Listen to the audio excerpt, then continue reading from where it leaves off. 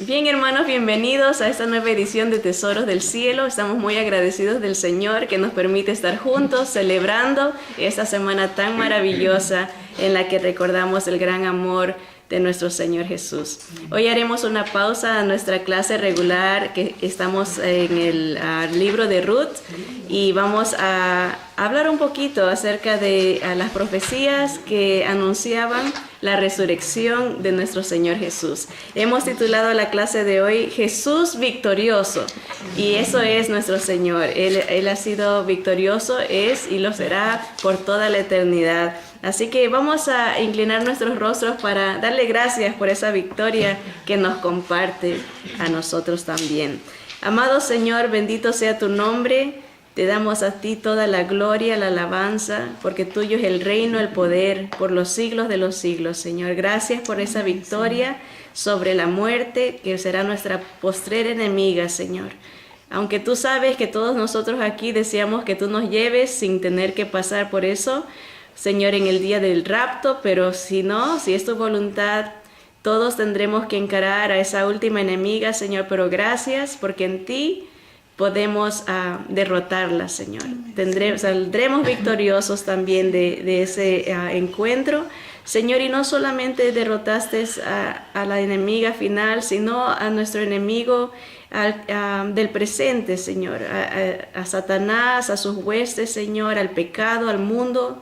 Tú has vencido, Señor. Jesucristo es vencedor y eres nuestro Rey de Reyes y Señor de Señores, Padre. Te bendecimos por esa bendición, Señor, y te damos gracias por la oportunidad de meditar en tu palabra el día de hoy, Señor. Rogamos que tu palabra cumpla el propósito para la cual la mandas, Señor, que escudriñe nuestro corazón, nuestra mente, Señor, que quebrante áreas donde se necesite, Señor, derribar cosas que no te agradan, Señor, y edifique frutos, Señor, para la alabanza de tu nombre, amén. Señor. Gracias, Señor Jesús, en tu nombre oramos. Amén, amén. Amén. En esta semana recordamos los últimos días de vida de nuestro Señor Jesús antes del sacrificio sobre la cruz, porque habrá vida después de la cruz también, pero ahorita en esta semana estamos recordando los últimos días de vida antes del sacrificio sobre la cruz. Empezando con la entrada triunfal a Jerusalén, que se celebró este domingo anterior, profetizada por los profetas cientos de años antes. Nomás el profeta Daniel anunció que desde el edicto de que los exiliados regresaran a su tierra hasta la venida del Mesías príncipe serían 69 semanas de años, o sea, no exactamente 69 semanas en días, sino era un año por cada día. Así que entonces en 69 semanas son 483 años de distancia que había desde el edicto hasta la venida del Mesías príncipe. Iban a ser esas 483 años, 69 semanas. Tan exacta era la profecía que un estudioso de las Escrituras hubiese podido saber el día exacto de su cumplimiento. 173.880 días desde el edicto iba a entrar el Mesías príncipe a Jerusalén. Sí, por eso Daniel sospechó que ya empezaba a darse el cumplimiento, que ya iba a venir el regreso de los exiliados del edicto. Empezó a darse cuenta que ya el tiempo estaba por cumplirse, pero el día exacto que iba a entrar el Señor en Jerusalén, esa era la primera venida del Señor, no necesariamente su nacimiento, sino su entrada triunfal a Jerusalén, como se la conoce.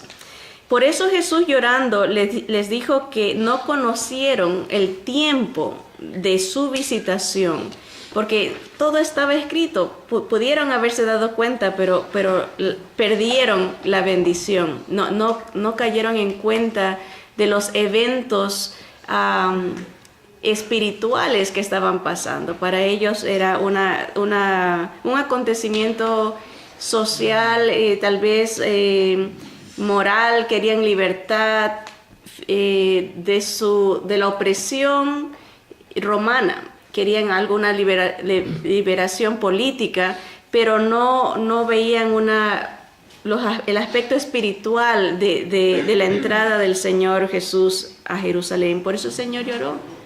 ¿Cuántas veces quise tenerlos como los polluelos, como la gallina tiene a sus polluelos, y no quisieron, no lo vieron, se perdieron la bendición? También durante esta semana, no solamente la entrada triunfal, pero hay capítulos enteros, por no decir libros enteros, que se dedican a la exposición de esta semana nomás.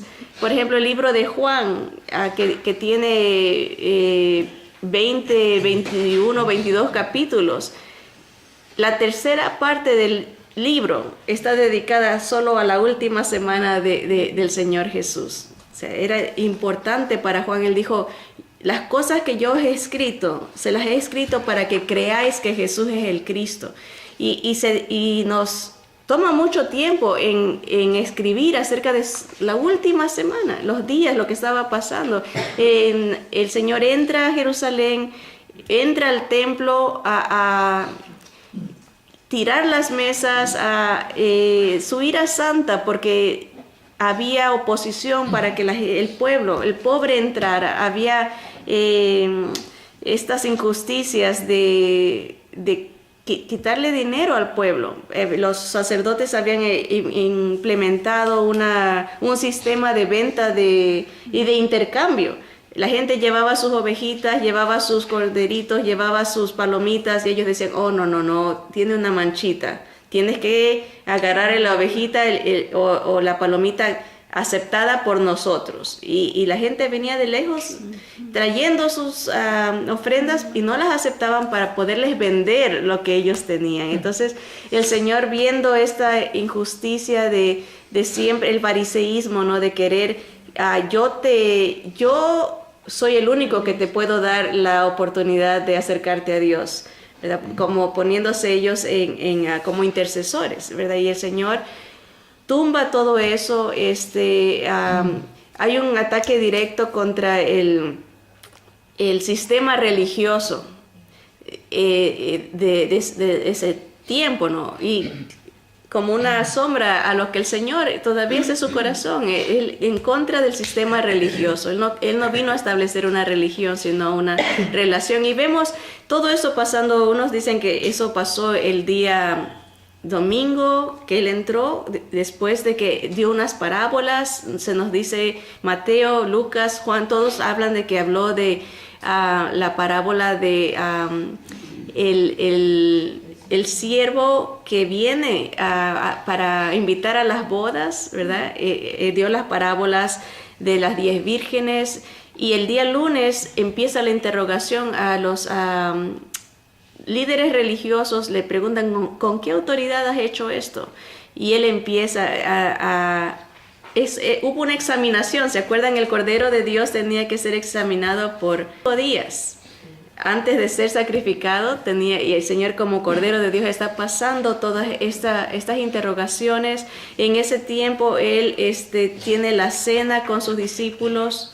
A María, la hermana de Lázaro, le riega el perfume en los pies, lo adora, y miren los contrastes: mientras una lo está adorando, otro está planeando traicionarlo, ¿verdad? Todo esto se está dando en esta semana, pero sigamos la lectura. Dice: también durante esta semana se hará énfasis sobre diferentes aspectos de su muerte, los detalles que la rodearon, su sufrimiento, sus palabras, su propósito. Hoy nos concentraremos y celebraremos la victoria de su resurrección. Todo eso también fue anunciado con anterioridad, y vamos a ver algunos pasajes que nos explican esta verdad maravillosa. Antes de empezar, hoy, si el Señor lo permite, vamos a ver solamente 3 profecías acerca de la resurrección. Quiero recordarles, yo sé que lo he mencionado en clases anteriores, la importancia de la profecía. Dice que la Biblia es el único libro cuyo contenido tiene un 27% profecía. ¿verdad? Si vemos, analizamos el Corán, no hay profecías ahí. Si se analiza cualquier escritura de otra religión, no hay profecías.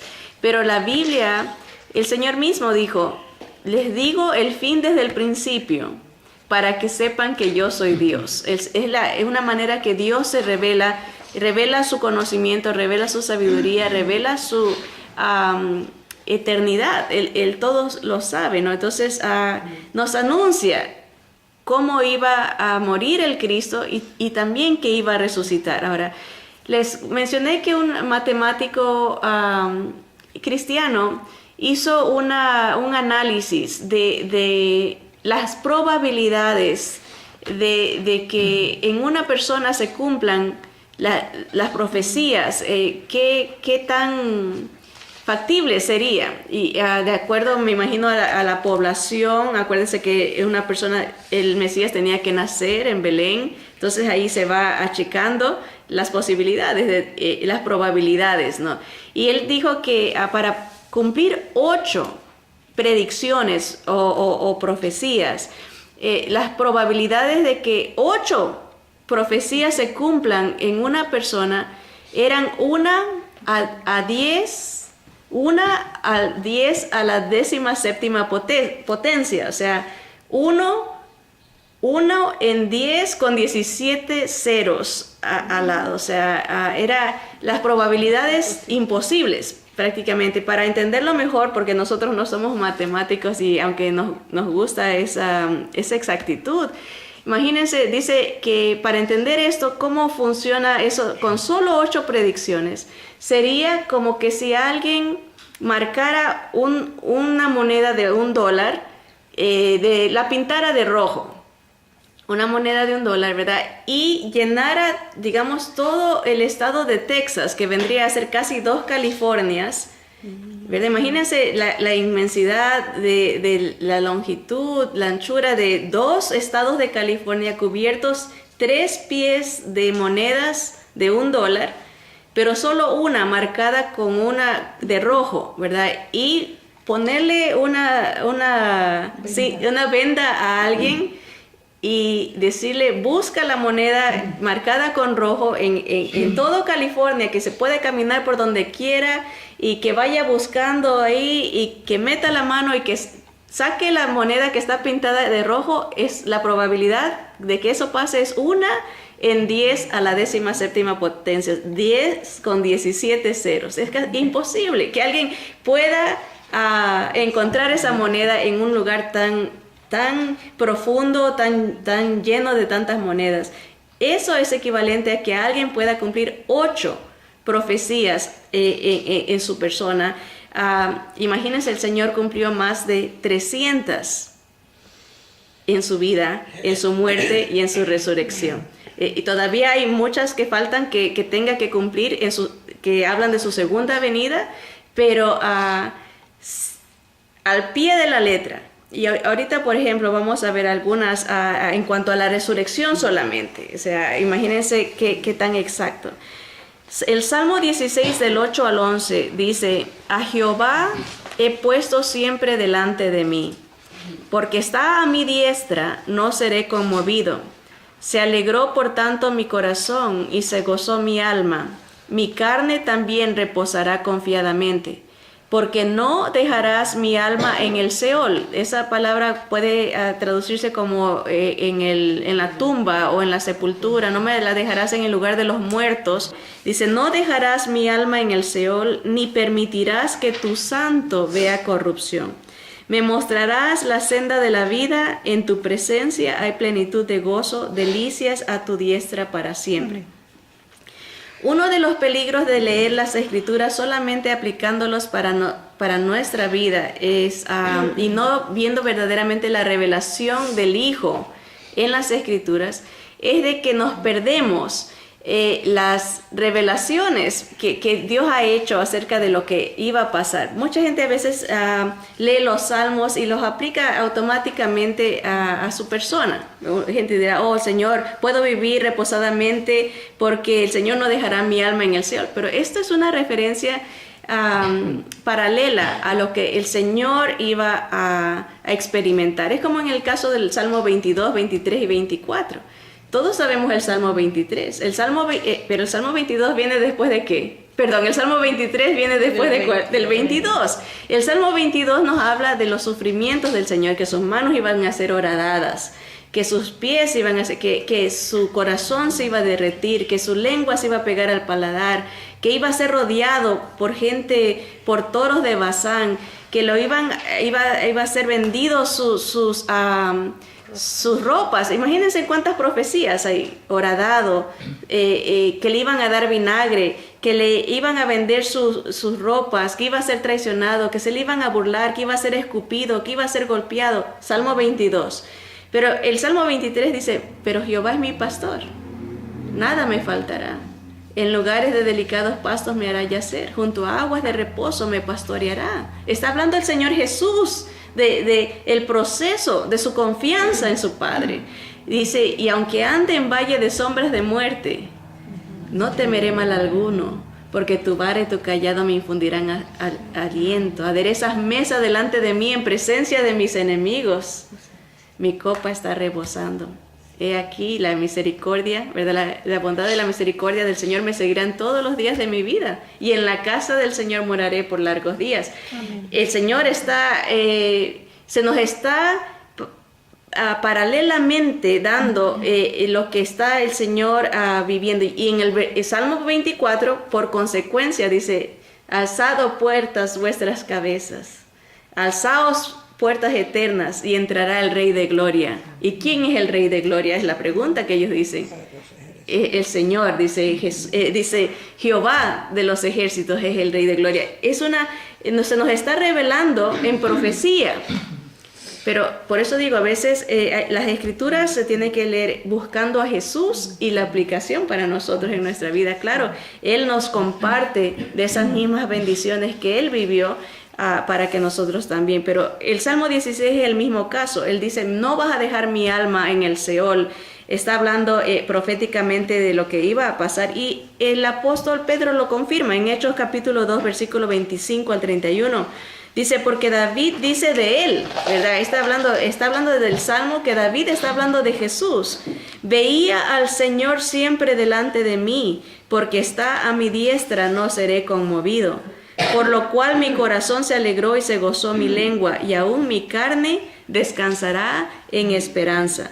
Porque no dejarás mi alma en el Hades, ni permitirás que tu santo vea corrupción. Ven, ahí está la misma, está usando la palabra profética del Salmo 16, aplicándola a Jesús, Pedro. Miren en el versículo 28, dice, me hiciste conocer los caminos de la vida, me llenarás de gozo con tu presencia. Varones hermanos, se os puede decir libremente del patriarca David, que murió y fue sepultado, y su sepulcro está con nosotros hasta el día de hoy. Pero siendo profeta y sabiendo que con juramento Dios le había jurado que de su descendencia, en cuanto a la carne, levantaría al Cristo para que se sentase en su trono, viéndolo antes, habló de la resurrección de Cristo, que su alma no fue dejada en el Hades, ni su carne vio corrupción. A este Jesús resucitó Dios, de lo cual todos nosotros somos testigos. Así que, exaltado por la diestra de Dios y habiendo recibido del Padre la promesa del Espíritu Santo, ha derramado esto que vosotros veis y oís. Porque David no subió a los cielos, pero él mismo dice, dijo el Señor a mi Señor, siéntate a mi diestra, hasta que ponga a tus enemigos por estrado de tus pies. Versículo 36 dice, sepa pues ciertísimamente toda la casa de Israel que a este Jesús, a quien vosotros crucificasteis, Dios le ha hecho Señor y Cristo. Al oír esto se compungieron de corazón y dijeron a Pedro y a los otros apóstoles, varones hermanos, ¿qué haremos? Pedro les dijo, arrepentíos y bautícese cada uno de vosotros en el nombre de Jesucristo para perdón de los pecados, y recibiréis el don del Espíritu Santo. Serán nuevas criaturas. En el momento de la confesión, el arrepentimiento, en el momento de reconocer a Jesús como el Cristo, de aceptarlo como el Rey de Reyes, en ese momento van a recibir el don, el regalo de la presencia de Dios en sus vidas. Dice, porque para vosotros es la promesa, y para vuestros hijos, y para todos los que están lejos. Ponga ahí su nombre, por usted y por mí. El Señor hizo esto para que podamos tener la promesa del Espíritu, de su presencia en nosotros. Él está vivo, ¿verdad? Dice, y para todos los que están lejos, para cuantos el Señor nuestro Dios llamare. Y con otras muchas palabras testificaba y les exhortaba diciendo, sed salvos de esta perversa generación. Así que los que recibieron su palabra fueron bautizados, y se añadieron aquel día como 3,000 personas, y perseveraban en la doctrina de los apóstoles, en la comunión unos con otros, en el partimiento del pan y en las oraciones. Ven, Pedro nos explica, nos aclara que ese salmo era una profecía dada a David, porque David no se podía aplicar a David, porque David murió y la tumba estaba todavía con ellos. Él no resucitó, pero dice, él vio al Señor resucitado, pudo tener esa revelación y lo anunció. Viene el Señor y no va a quedarse muerto, porque el Señor va a estar a su lado. El Señor le va a decir, no lo va a dejar que vea corrupción, que se descomponga, no lo va a dejar que quede muerto. Recordemos que la muerte es la consecuencia del pecado. La muerte es la evidencia de que es la remuneración, por decirlo así, es la paga del pecado, que es la muerte, ¿verdad? Y el Señor muere representando a todo el pecado del mundo, pasados, presentes y futuros, sin pecado. Por eso que la muerte no se pudo enseñorear de él, no tuvo de qué agarrarse. La santidad del Señor, él sin pecado, porque a nosotros la muerte nos detiene porque hemos pecado, es la remuneración, es la consecuencia, nos quedamos ahí, pero al Señor no lo podía detener, no podía él ver corrupción porque no tenía pecado, su santidad, su perfección. Él es nuestro héroe, por decirlo así. Él fue nuestro representante, y ahora por él, nosotros, la muerte tampoco se puede enseñorear de nosotros, porque el que está en Cristo, dice, aunque esté muerto, vivirá, ¿verdad? Vamos a ver otra porción que nos habla de esta profecía en Hechos, capítulo 13, versículo 25 en adelante. Dice, explicando también el apóstol, dice, mas cuando Juan terminaba su carrera, dijo, ¿quién pensáis que soy? Hablando de Juan el Bautista, dice, no soy yo él, mas he aquí viene tras mí uno de quien no soy digno de desatar el calzado de los pies.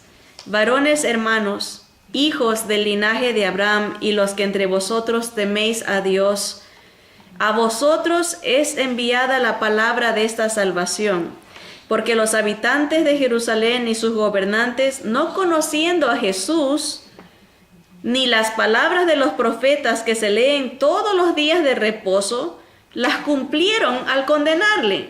Miren, aquí está lo interesante, ¿verdad? No es que la gente planeó, ok, vamos a cumplir esta profecía para que Jesús sea el que cae bajo la categoría de Mesías. No era que era una confabulación para decir, cumplamos esta profecía. A ver cómo, porque mucha gente dice, si Jesús sabía que tenía que morir así, le ha de haber dicho a la gente, hagamos esto para que yo califique, ¿verdad? Pero no, miren, está diciendo el apóstol, los habitantes de Jerusalén y sus gobernantes, no conociendo a Jesús, ni las palabras de los profetas que se leen todos los días de reposo, las cumplieron al condenarle. Y sin hallar en él causa digna de muerte, pidieron a Pilato que se le matase. Y habiendo cumplido todas las cosas que de él estaban escritas, quitándolo del madero, lo pusieron en el sepulcro. Todo esto estaba profetizado, que el Señor iba a morir con los pecadores, como los pecadores, pero iba a ser enterrado con los ricos, ¿verdad? En un sepulcro especial. fue profetizado. Y dice, lo quitaron del madero, lo pusieron en el sepulcro, versículo 30, mas Dios le levantó de los muertos. Y Él se apareció durante muchos días. Esto es importante saber porque a veces llegamos al día de resurrección y decimos, sí, Jesús resucitó y ahí nos quedamos. Pero muchas cosas pasaron después de su resurrección y entre ellas fue el aparecimiento del Señor a muchos hermanos, a individuos solos, a grupos, hubo una reunión de 500 hermanos donde el Señor se aparece. Dice, se apareció durante muchos días a los que habían subido juntamente con él de Galilea a Jerusalén, los cuales ahora son sus testigos ante el pueblo.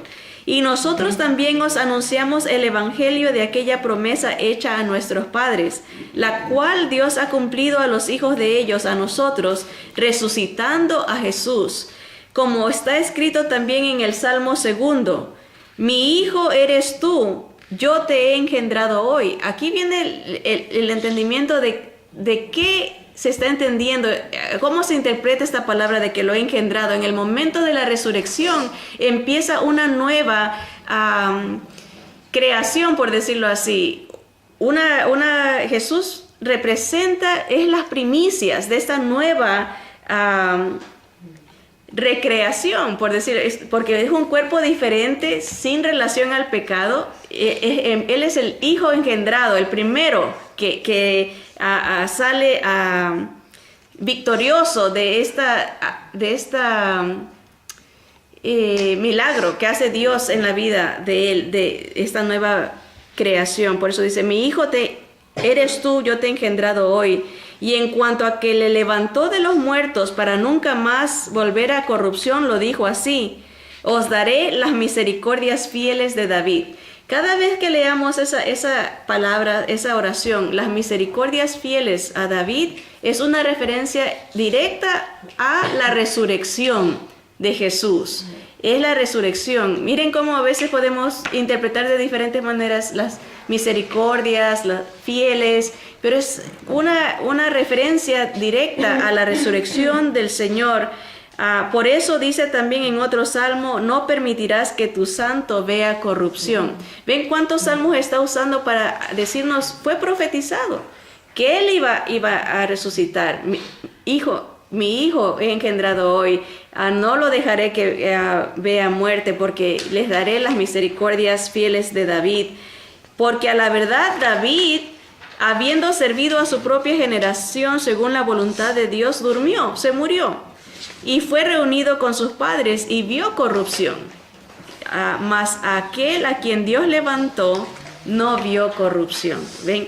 Ahí está la conexión. Hemos visto, haciendo más, mencionando rápidamente, varias profecías ya de la resurrección de Jesús en los salmos, en las escrituras. Ahora vamos a ver con los profetas. En Isaías 55.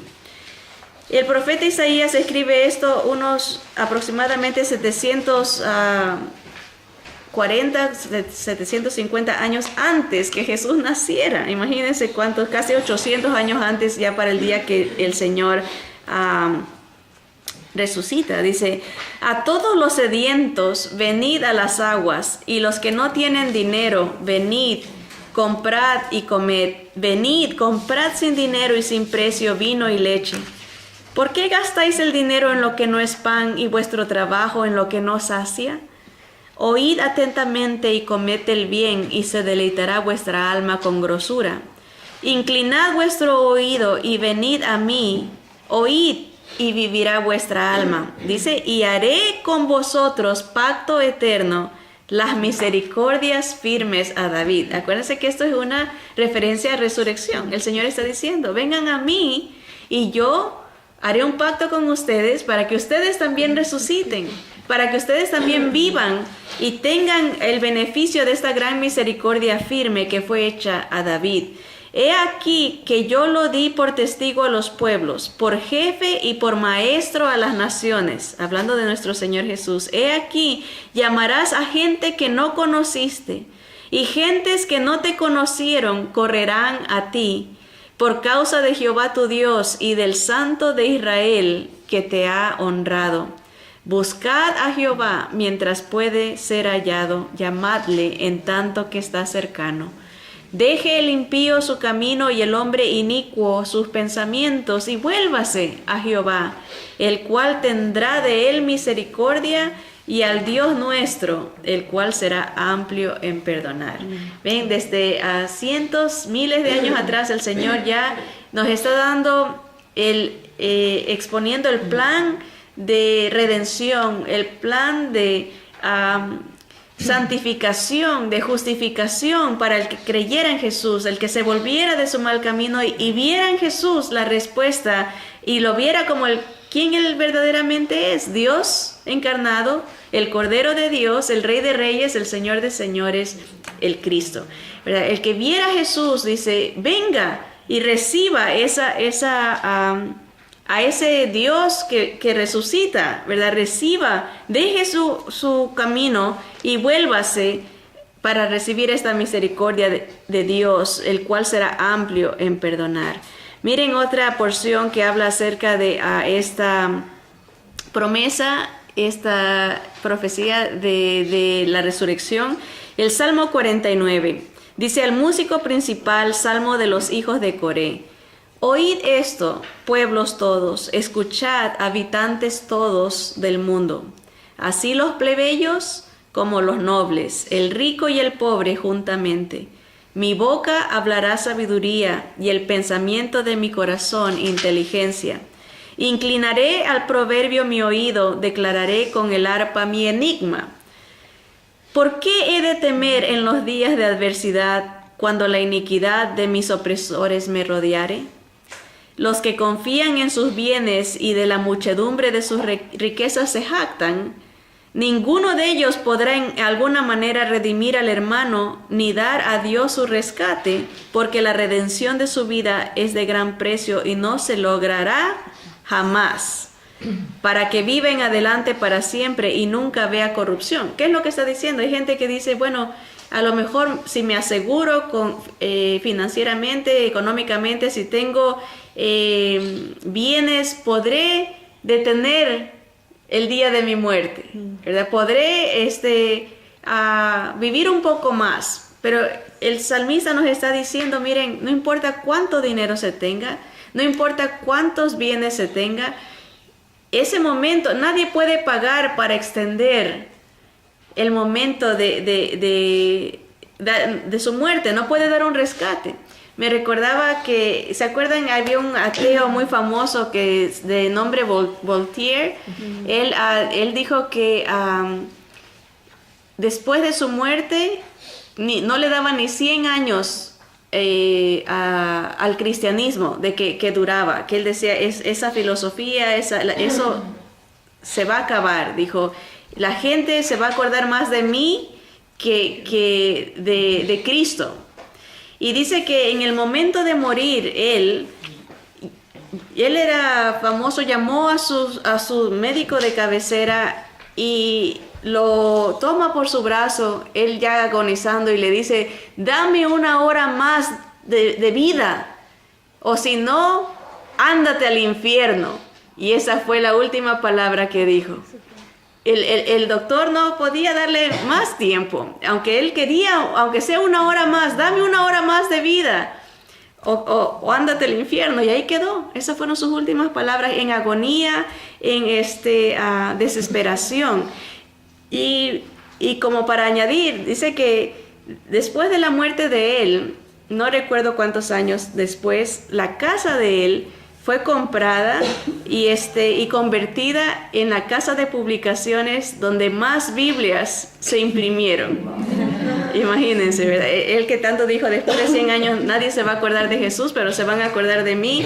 El Señor volteó las cosas de una manera que le probó, no solamente a él, pero a toda la gente que cree así, que el Señor es invencible, su palabra permanece para siempre, ¿verdad? Y así que eso es lo que está diciendo el salmista. Nadie puede nadie puede dar un rescate por su vida, porque todos vamos a morir. Miren en el versículo 10 dice, pues verá que aún los sabios mueren, que perecen del mismo modo que el insensato y el necio, y dejan a otros sus riquezas.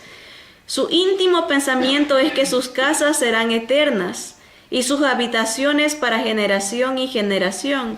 Dan sus nombres a sus tierras. ¿Han notado eso? Que hay veces ranchos o recintos como fincas que llevan los nombres, uno pensando que quedará para la posteridad, como que nunca se va a olvidar.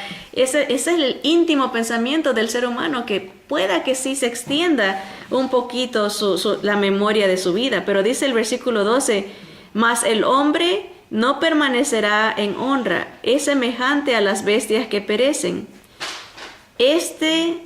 Su camino es locura, con todo, sus descendientes se complacen en el dicho de ellos. Sela, quiere decir, medita en esto, haz una pausa, ponte a pensar que no somos eternos, tenemos un fin, ¿verdad? Ahora, el versículo 14 dice, como a rebaños que son conducidos al Seol, la muerte los pastoreará.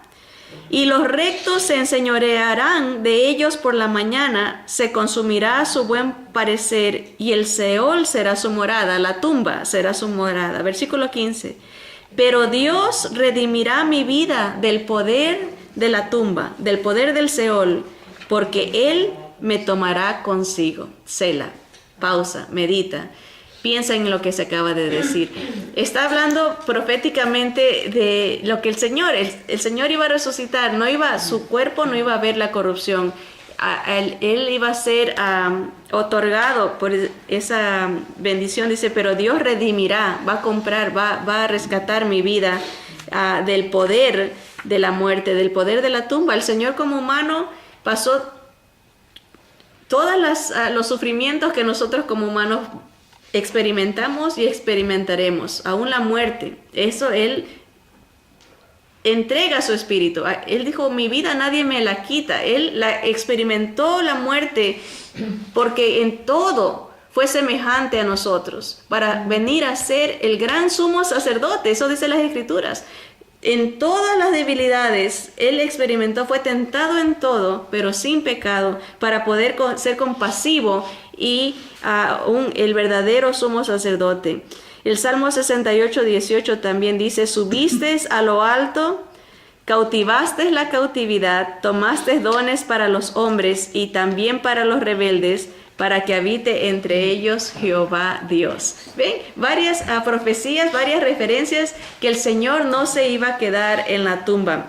Hechos capítulo 1 nos lo explica y usa estas referencias como base. Miren, dice el apóstol Pablo esto es Lucas, dice, escribe, en el primer tratado, oh Teófilo, hablé acerca de todas las cosas que Jesús comenzó a hacer y a enseñar. O sea, en el Evangelio de Lucas le está diciendo, ya expliqué todo lo que hizo Jesús, ahora le está explicando un poco más. Dice, hasta el día en que fue recibido arriba, después de haber dado mandamientos por el Espíritu Santo a los apóstoles que había escogido, a quienes también, después de haber padecido, se presentó vivo con muchas pruebas indubitables, apareciéndoseles durante 40 días y hablándoles acerca del reino de Dios. Miren, por eso dije al principio que en esta semana se recuerda la vida, los últimos días de vida antes de la cruz, porque después hubo vida después de la cruz. Y aquí el evangelista Lucas nos dice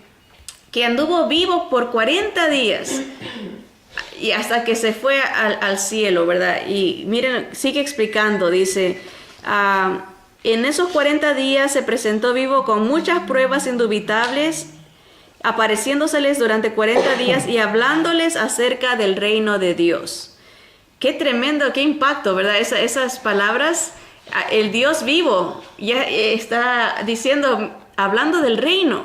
Qué tremenda, nadie se dormía en esa clase, en ese estudio, porque están viendo la verdad, el Señor está vivo.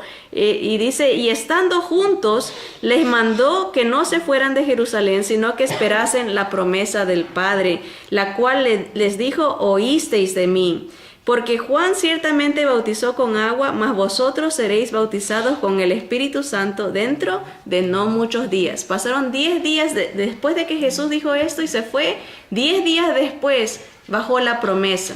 Y era necesario que el Señor resucitara, que el Señor se fuera para que pudiera venir esta promesa para nosotros. Su presencia viva y verdadera en nosotros, esa presencia que nos da vida, que nos hace nuevas criaturas, esa presencia que nos conecta con el Padre, porque nadie que no haya nacido de nuevo no puede entrar en el reino de Dios. Así que necesitábamos esta promesa que viniera. Versículo 6 dice: entonces los que se habían reunido le preguntaron diciendo: Señor, ¿restaurarás el reino a Israel en este tiempo? Estaban todavía confundidos, pensaban que el reino era en contra de los romanos.